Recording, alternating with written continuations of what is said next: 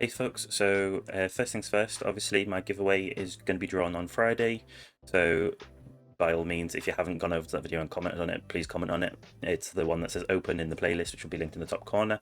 And just so that you're all aware, I'm doing not a real player today, but I've got 3 more people in the queue for doing reviews, which I'm really happy that people are actually finding this useful and volunteering for me to review their towers, which is really cool.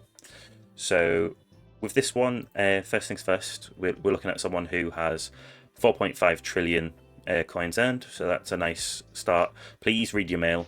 That's the first thing that I'd recommend to do for your tower. Read your mail if you haven't already.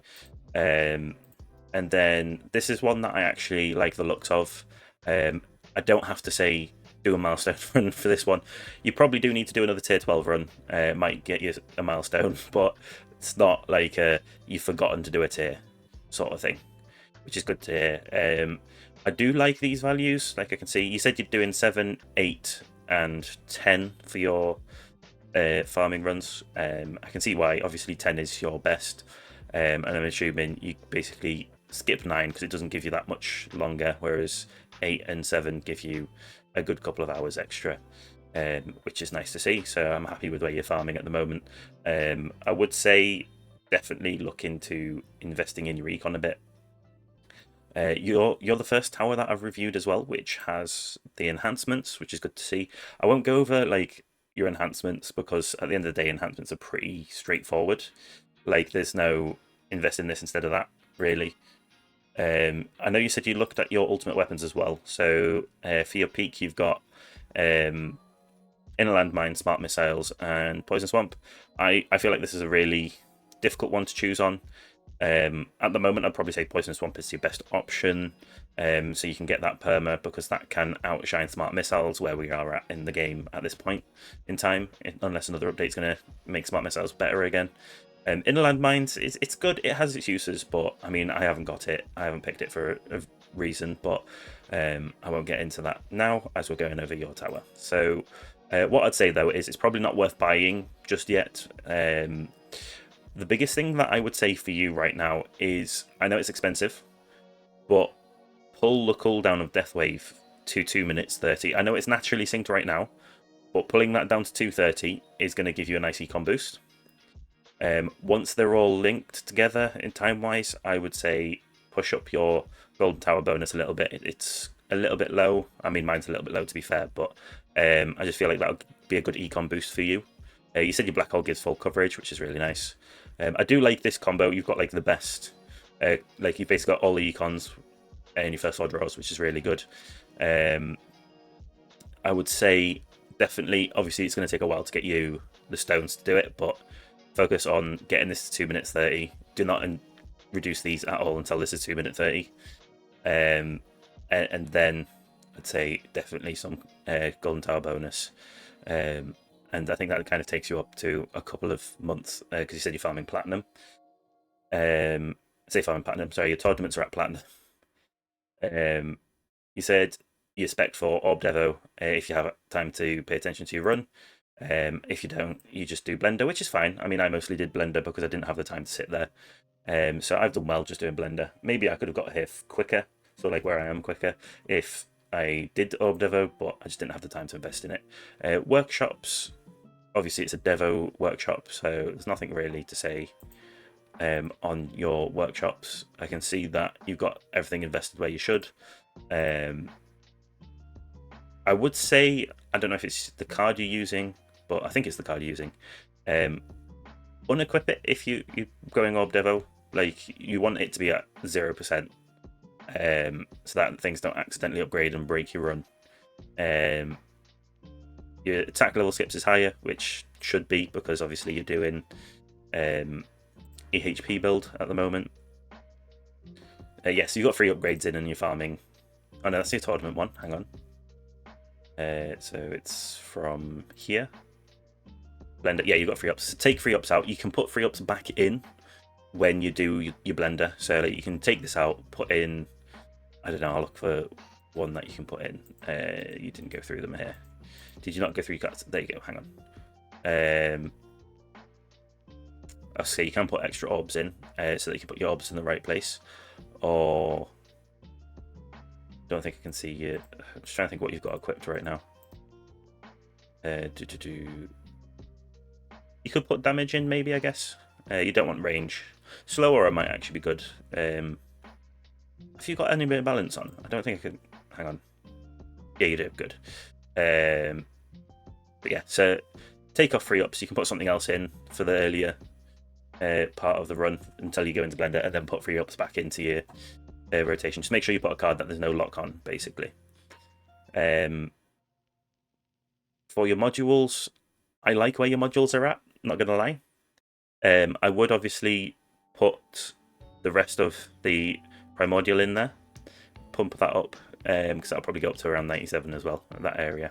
I would say maybe it's worth investing a little bit more to try and get into legendaries on these two, because obviously it is holding you back. You'll profit a lot from being able to spend these shards into them.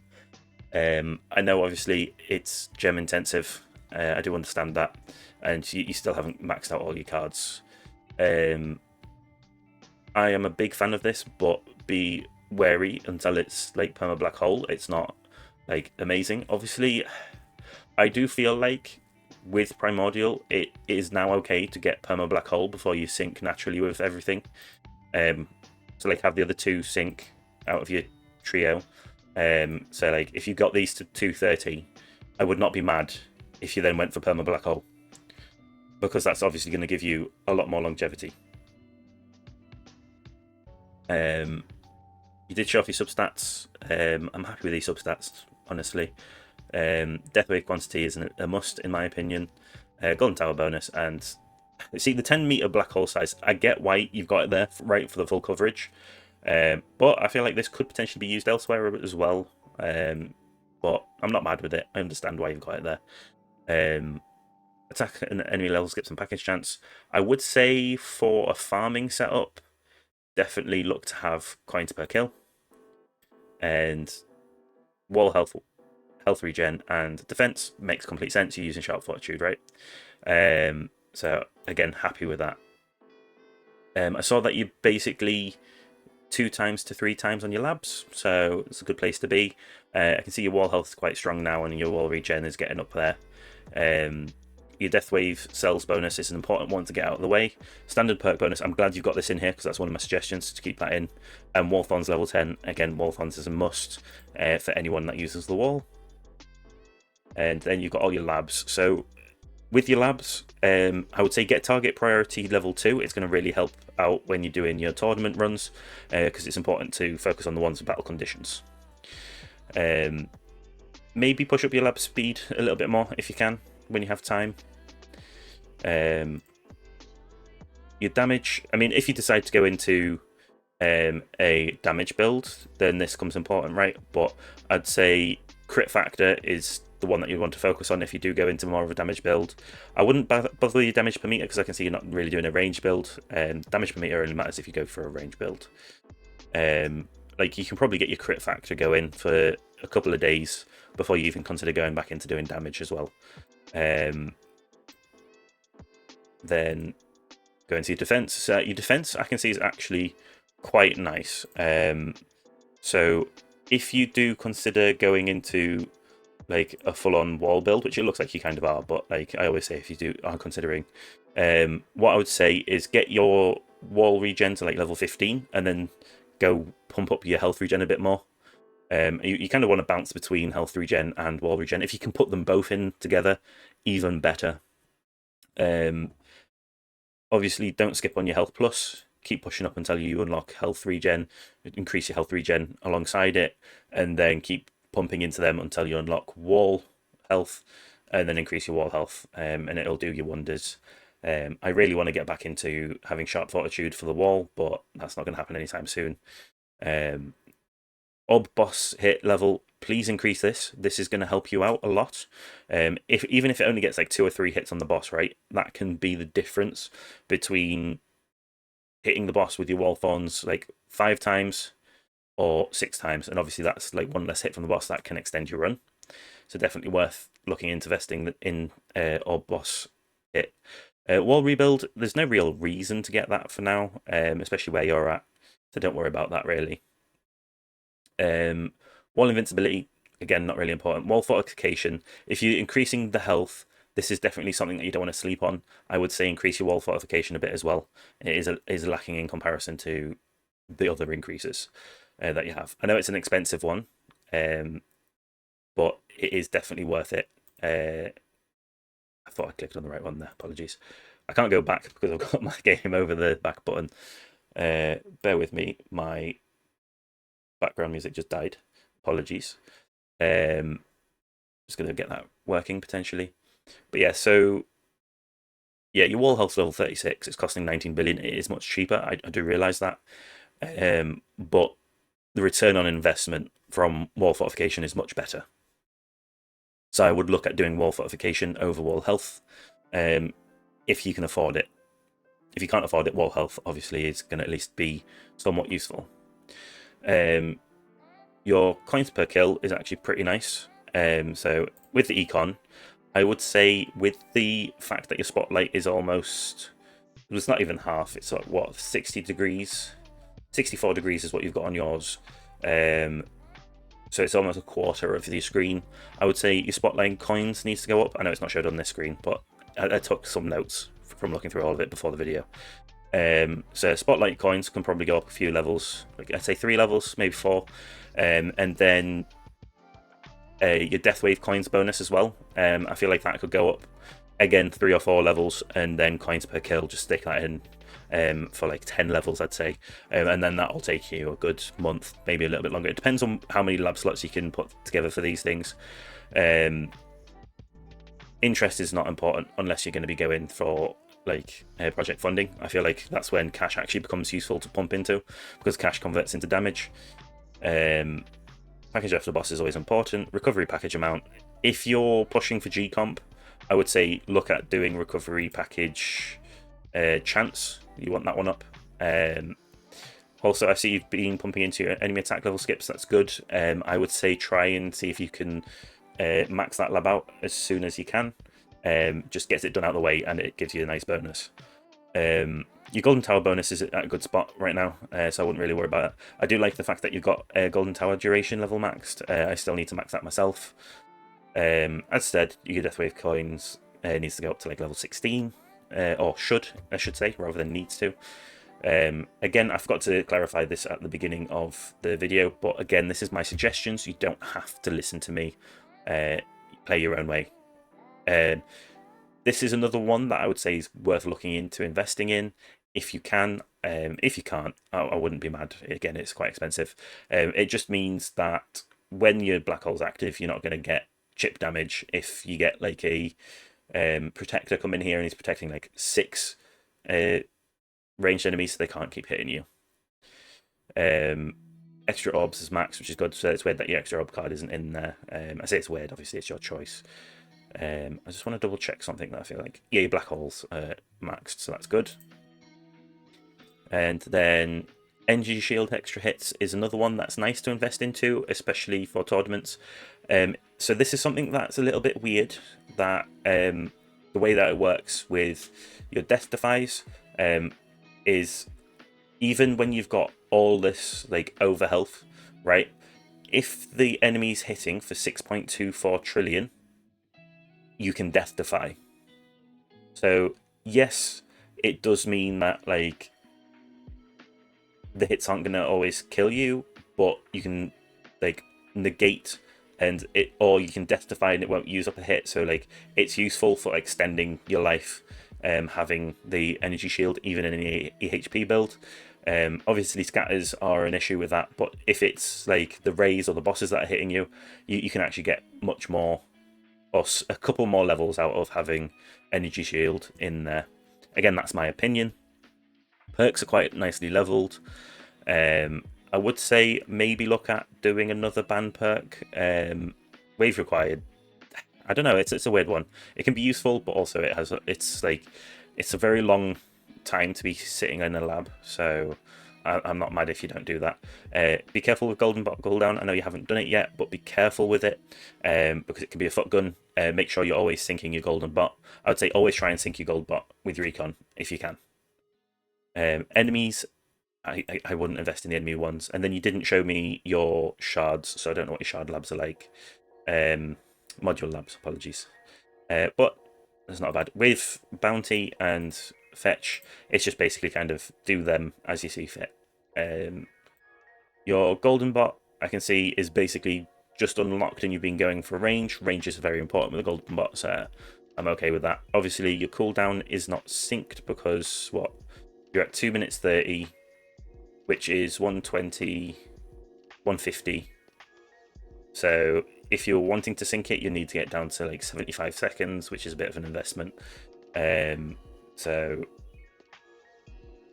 I mean, I'm okay with it not being synced, but if you can sync it, sync it. It will give you a bit of a bonus, but then yours isn't that much invested in, so you might not see the benefit. And then your perks here, so you've got your auto pick perks. You didn't really show off your auto pick perks properly though. You just kind of had that. But that's okay. So yeah, here's your Platinum League and stuff. Sorry, I couldn't see it myself. So you quite steady away in Platinum League, which is nice. Enemy speeds out. Basically, because you're doing EHP build, you've removed anything that's increased damage or reduces your health regen, because obviously you don't want that. And then this piece of garbage as well. I don't think this would ever be useful. Could be wrong, but I don't think it'll ever be useful. Oh yeah, sorry, it's because it's broken up weirdly. So this is the bottom and this is the top. Okay, so perk wave requirements first. Completely happy with this. I prefer the max game speed to be first, but that's my personal preference. Obviously, this is the best one to get. Tower health regen, but lower max health. I'm not a fan of this one because I feel like max health is better than having regen. Because the point where I get is a case of usually I die from one hit. I think, well, I say it's Ray's managed to kill me. I never really pay attention. I'm never here when my run ends. And then obviously I would put enemy damage higher than health regen, but lower health. Maybe I'm weird. I just don't like this perk. The trade-off doesn't make sense to me. And then completely happy with where your econ ones are, so that's fine. Also, you said I tend to farm tier 10. I check the game occasionally to upgrade, so I do that one during the day. Good coin perk RNG gets about 12 billion coins an hour. It's pretty good, 12 billion an hour. Yeah, 7 or 8 is your overnights, depending on how long you sleep. Yeah, I do the same sort of thing. Generally, now, because mine are so long, I just do tier 11 pretty much all the time, because it's like 11 to 12 hours now. But anyway, yeah, so I think I've kind of gone over things that I feel like you may have slept on / missed. In regards to your health, as I said, so you already got standard perk bonus in there. I would say that's something that's definitely worth pumping up. Probably just keep it in, honestly, until 25 if you can. I know it gets longer and longer times. And then it's just health itself. Your health is kind of low. And then I say kind of low. Obviously, it's for where you're at. It's the right thing. Keep health and health regen. I'd say go in the same, but wall regen in until like level 15, and then health regen. One thing that I would, well, I was gonna say one thing that I would say, but actually no. I was just gonna say it may be worth doing the like fortress, but then it doesn't make sense. I just had a weird thing. Like I was thinking maybe you could put the fortress card on, but fortress card's not really going to do much where you're at. It has potential to be useful, basically. So right, most people say damage absolutes is useless, but it can have some use if you've got perma black hole because of the damage reduction. I know that the perma black hole damage reduction happens after defense absolute, because it's basically your defense reduction then defense absolute. So like I've got 97.3% minus, and then I've got 488 million defense absolute. So basically, I know that doesn't take much off, but it takes that little bit extra off, and then it does the extra damage reduction. So that's why it could potentially be of use, but I don't think you're at the point where it could be of use. So ignore that one, basically. I don't think there's anything else that you've really slept on. All I would say is maybe look at maxing your cards out. Either invest in maxing them out straight away, or just do the 80 cards per event and then put the rest in trying to get your modules up. I feel like your modules are going to be your biggest gains, but obviously it's gacha, so good luck with that. I think that's everything that I need to go over on this one. If I have missed anything, just reach out to me and I'll message you. Also, if anyone wants a review, by all means reach out. But as I said, I do have 3 more to do after this one, so it's a bit of a waiting list. It is first come, first serve. I don't plan on changing that because I feel like it's unfair. Unless it gets like really busy, like lots of people want it, then maybe I'll change to a more like randomized. But I feel like first come, first serve is the fairest way to do it until I get completely slammed with it. I might even end up doing like reviews on my Discord when I get a chance, like just give people tips. Like I might set up a review my tower just so that you can get tips and tricks from me or other people in the community. So that's everything. Thank you for watching. Please like and subscribe if you haven't already, and also you can drop a comment. I reply to every single comment. So thank you for watching. I'll see you next time. Ciao for now.